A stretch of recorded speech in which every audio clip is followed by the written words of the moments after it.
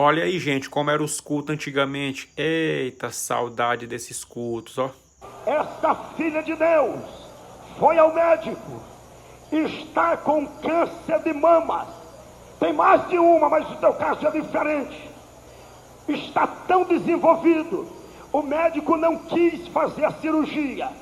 Você está passando por quimioterapia. A irmã tem a cabeça coberta, porque os cabelos estão terminando de cair. A irmã veio aqui abatida e com vergonha.